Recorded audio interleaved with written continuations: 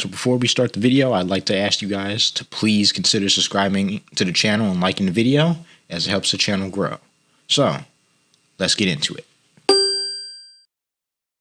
So, the Bears' search for an offensive coordinator is finally over. They have made their decision. As of a day ago, they have finally made it official. The Bears have officially hired Shane Waldron, former Seattle Seahawks offensive coordinator, as their new offensive coordinator. I'll say right off the bat that this is a great signing, and I'm going to explain to you why in this video. So, I figured I would give 3 things that make Shane Waldron a very good offensive coordinator for the Bears. I'll also give my thoughts on the Bears' so-called quarterback controversy, and some of the things the Bears can do to be able to improve the offense around Shane Waldron and whoever the quarterback is in this video. So, without further ado, let's get into it. What's up, guys? KT here. Back at it with another video. Today, we're doing the Bears. One of the many Bears offseason videos to come. I have a lot of videos planned for this offseason, especially with the way the draft is shaking up. So be patient with me on that regard. I'm going to have videos about Caleb Williams. I'm going to have videos about Drake May, Marvin Harrison Jr., Malik Neighbors, basically prospects that are relevant to the Bears and what the Bears need. They're not going to be, this in-depth all 22 review of the prospects and, angle Y and Z and all this stuff. And, let's look at his arm angle and how fast he throws. No, I'm just going to give my honest thoughts on what each prospect does well. And what I think, how that fits into the Bears' plans and how good I think they are actually coming into the draft. So, that will be my plans for the draft prospects.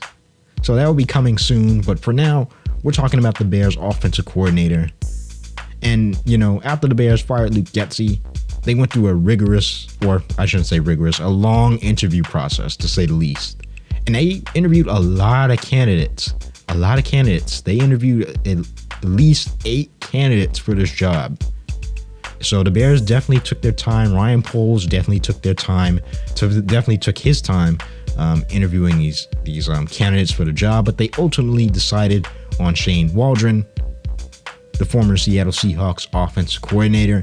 And right off the bat, I can tell you that this is probably the best signing so far. And this is the only signing so far, but this is the best signing that the Bears possibly could have made, in my humble opinion. Shane Waldron is a very, very underrated play caller with a lot of experience calling plays and a lot of success calling plays. That's the big thing. The Bears have hired guys with experience before, and they have turned out to be less than ideal for this team. They have hired guys with no experience, and they've turned out to be less than ideal for this team. This is a guy who has plenty of experience, but plenty of success calling plays. With the 3 years in Seattle calling plays. So yeah, this is possibly the best signing that the Bears could have possibly made, in my opinion, for the offensive coordinator job. I know there were a lot of other names out there: Liam Cohen, Clint Kubiak, Cliff Kingsbury, Greg Roman. A lot of guys. They interviewed a lot of guys for this role. And so I'm just going to jump right into it. 3 things that make Shane Waldron one of the most underrated play callers in the NFL. So, number 1, and this is the biggest key and the most attractive key if you're a Chicago Bears fan or, you're an NFL fan. Shane Waldron has a history of tailoring his offense to his QB strengths. All the QBs that he has coached, all of them, and he's only coached 3 of them, all of them have had their best years, or some of their best years, with Shane Waldron, with the exception of Russell Wilson. Shane Waldron has coached with Sean McVay before, and the Bears really scoured and really went up and down that McVay-Shanahan tree. And, they found their guy. Shane Waldron worked with Jared Goff back in 2018, if I'm not mistaken, in which Jared Goff had one of his best years as a pro. He also worked with Russell Wilson. We all know Russell Wilson was already that dude before he got there, but I just figured I'd mention it for a very short time before they traded him. But the main thing is that he worked with Gino Smith for 2 years. Now, Geno Smith was seen as a career backup at some point in his career. He wasn't, he was considered a bust at some point. A lot of people had given up on him. He had went to a lot of bad situations, being drafted by the Jets, had a lot of expectations on him, and he just didn't live up to those coming out of West Virginia. And then injuries kind of played a part in that as well. So, this is a guy who people were writing off before he went to Seattle. And as soon as he got to Seattle, it was just like poof. He had some of his best his best season as a pro. His completion percentage went up. His yards went up. His touchdowns went up. He threw for 4,000 yards with 30 touchdowns and only 15 interceptions with a 70% completion percentage. Geno Smith in 2023 was really dang good. He led the Seahawks to a playoff berth. He was really dang good for them. And then part of that is because of not only the work ethic of Geno Smith, he never gave up on himself. He continued to look for opportunity, but he got paired with the right guy to coach him. Shane Waldron, and that was one of the biggest things that Ryan Poles said in the presser, is that we need a guy who can tailor to our, not only our QB strengths, but our players, the players around him, the players that they currently have on a roster, tailored to their strengths as well. And Shane Waldron does a really good job of that. They have a lot of metrics for Shane Waldron that are really, really good. I'm not going to sit up and read all those. Just know that in his 2 years, mainly as the Seahawks offense coordinator, that offense was pretty dang good. They had a very good success running the ball, very good success passing the ball, and he knows how to work with QBs. And for a team that's, QB hungry, for a team that has the number 1 overall pick coming up, has a chance to either keep Justin Fields and trade the pick, or take one of the best QB prospects possibly coming out in this draft, possibly in the last 2 years.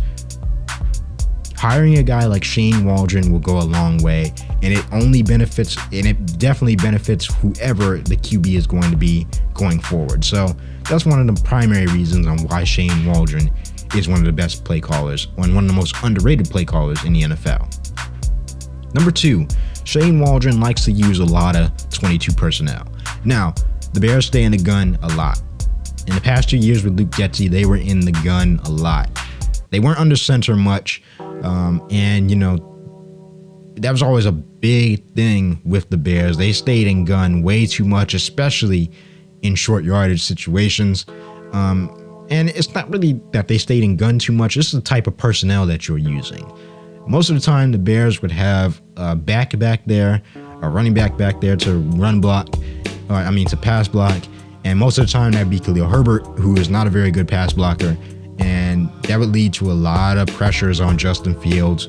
And it would basically add no help to the offensive line, especially an offensive line that was bad its previous year and is still developing just of this year. So, that's what caused a lot of problems with this offense. With Shane Waldron, even when he's in the gun, he at least has 2 tight ends in there. And that goes a long way when you're trying to protect your quarterback. And it also drives up a lot of creativity in that offense. Now, Shane Waldron, he likes to use a lot of motion, a lot of misdirection in his offense. And that creates mixed matches for the defense. And, one of the primary problems with this offense, and I'll get to this later, is that it created basically no separation or no readable windows. They would always create the very rare wide open window for the quarterback to throw. And I don't care what advanced metrics say. I don't care what your all 22 says. We know deep down inside that this offense, this under Luke Getsy, was not good. It just wasn't. There were too many times where the receivers were running the same route. Guys were clustered on the side of the field. They rarely threw over the middle.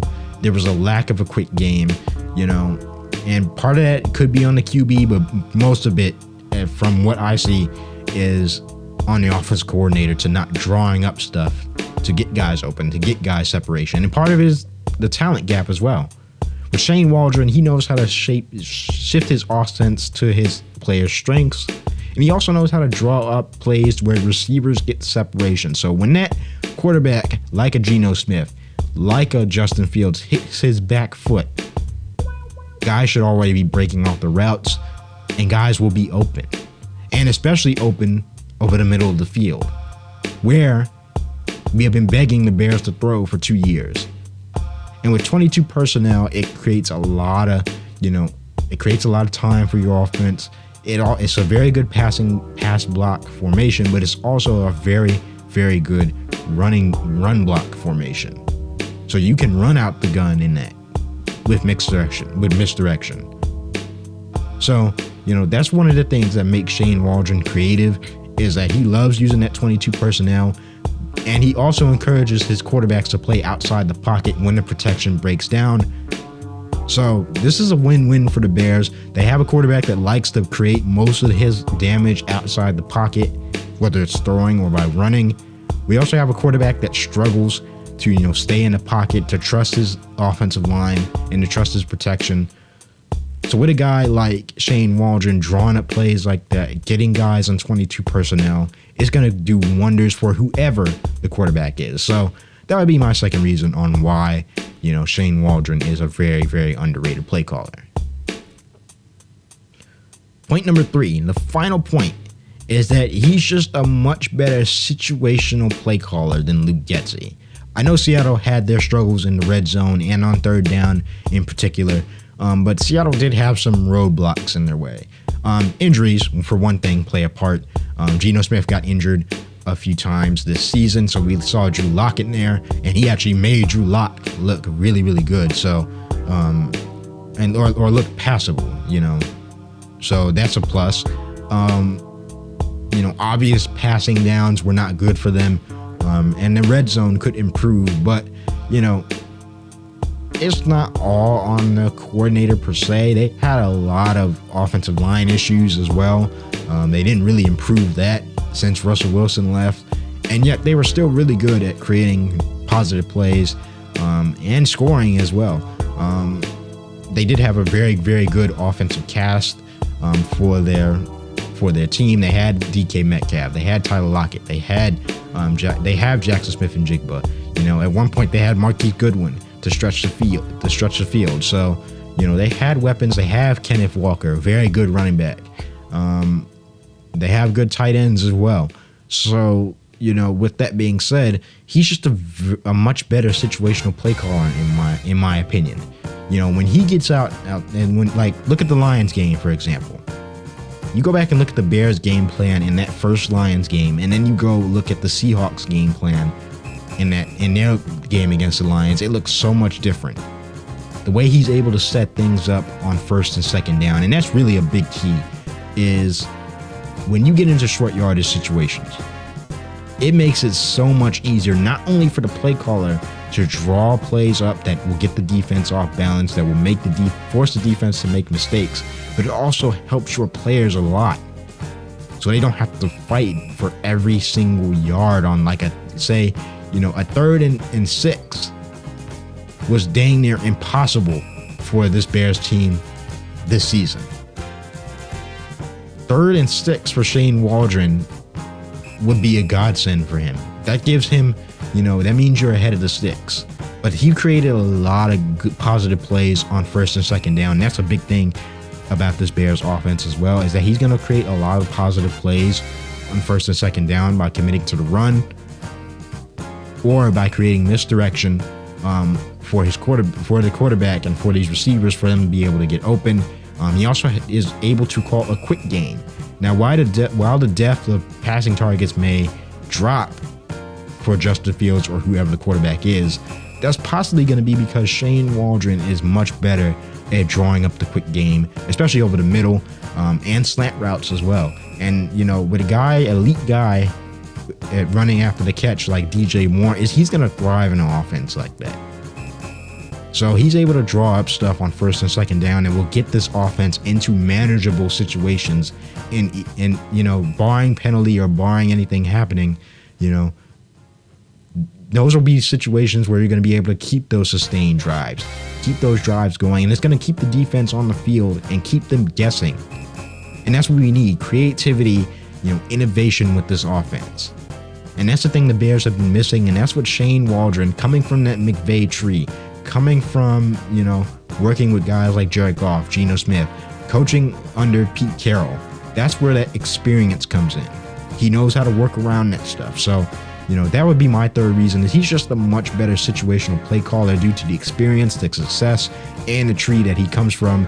The Bears tried to run a similar system with Getsy, and while it worked at times, it just felt like there was no balance between, whether they want to go run heavy or pass heavy or gun heavy or, under center heavy, or some of the concepts were the same. With Shane Waldron, the scheme is the same, the concepts are a little bit different, but just the way he draws them up are definitely different, and it's going to be more effective for this Bears offense. So that would be my third reason. So with all that being said, I think Shane Waldron is a great signing for this Bears team. I think, whoever the quarterback is going to benefit, especially when more talent is put around them. So we're going to get into that real quickly before I end this video. So three things. First, the quarterback controversy. I'll say this about the quarterback controversy, and I'll address this in future videos. This is not a bad problem to have. The Bears have the number 1 overall pick. Whatever they decide to do, whether that's draft Caleb Williams or keep Justin Fields, they have the number 1 pick in the draft. They have a chance to either keep a guy that's immensely talented, big, strong, has ran for over 1,000 yards, who has shown talent, who has shown promise in his career, in Justin Fields, and keep him and pair him with a guy like Waldron and get multiple different other blue chip talents like a Marvin Harrison Jr., maybe a Malik Neighbors or a Rome Odunze or a Brock Bowers, shroud him with a left tackle and a good left tackle or a good center. Put more pieces around him. That's a good problem to have. That's not a bad problem to have. All these people pushing the recency bias has been high in both the media and some parts of the fan base who just believe Justin is a cooked product. He's still under 24. He can still be molded into something with a good offensive coordinator. Say what you want about Justin Fields, where he needs to improve, with his pocket presence, with holding the ball. We all know that. Shane Waldron has done that before. He's been able to take that time to throw down. He's been able to get the ball out of QB's hands faster. Justin Fields is 24 years old. He can be molded into something.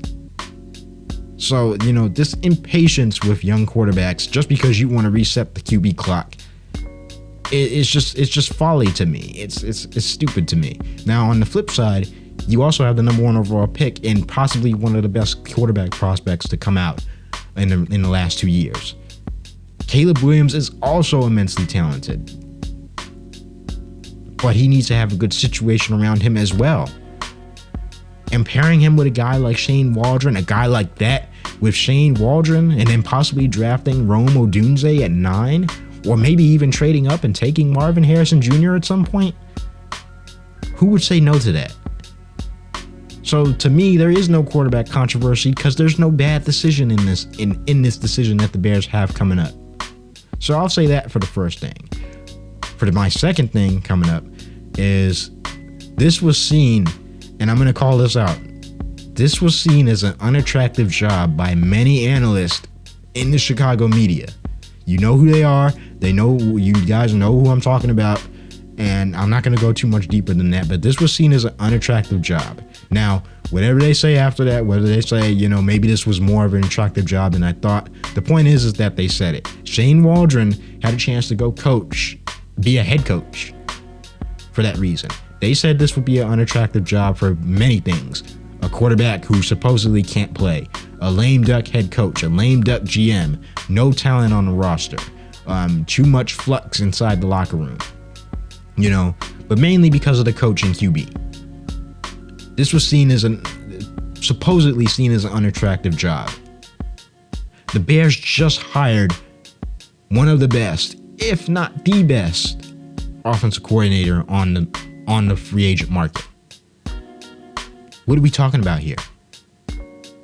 The Bears have one of the best situations in the NFL. The number 1 overall pick. The most cap space in the NFL. A young, aspiring roster with a good defense that's a couple pieces away. An offense that's a couple pieces away and a good play caller. Maybe another receiver away. Maybe another tight end away. Maybe another center away. They're trying to get a new stadium deal. They have the number 1 overall pick. I don't understand how this was seen as a unattractive job. He chose us over the Saints. The Saints have a lot of talent on their team. But he saw the opportunity to come to Chicago, form his own offense, choose his own quarterback, choose what he wants to have on that offense. And people said this was an unattractive job. No, not people. The media said this was an unattractive job.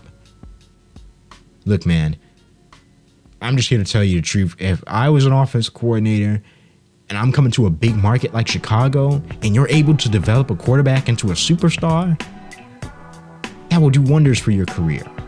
So I don't understand how this was seen as an unattractive job. So, I'm just going to chalk that up to people being misinformed or just, being emotional at the time and not wanting to take accountability for what they're saying. But this was an extremely attractive job from the get-go. Obviously, if Shane Waldron took this job, he knows something that we don't. And I'm very excited for that main reason. So that's pretty much all I got for you guys today. Now, as for what the Bears do in the draft, me personally, I'm hoping that they keep Justin Fields and draft Marvin Harrison Jr.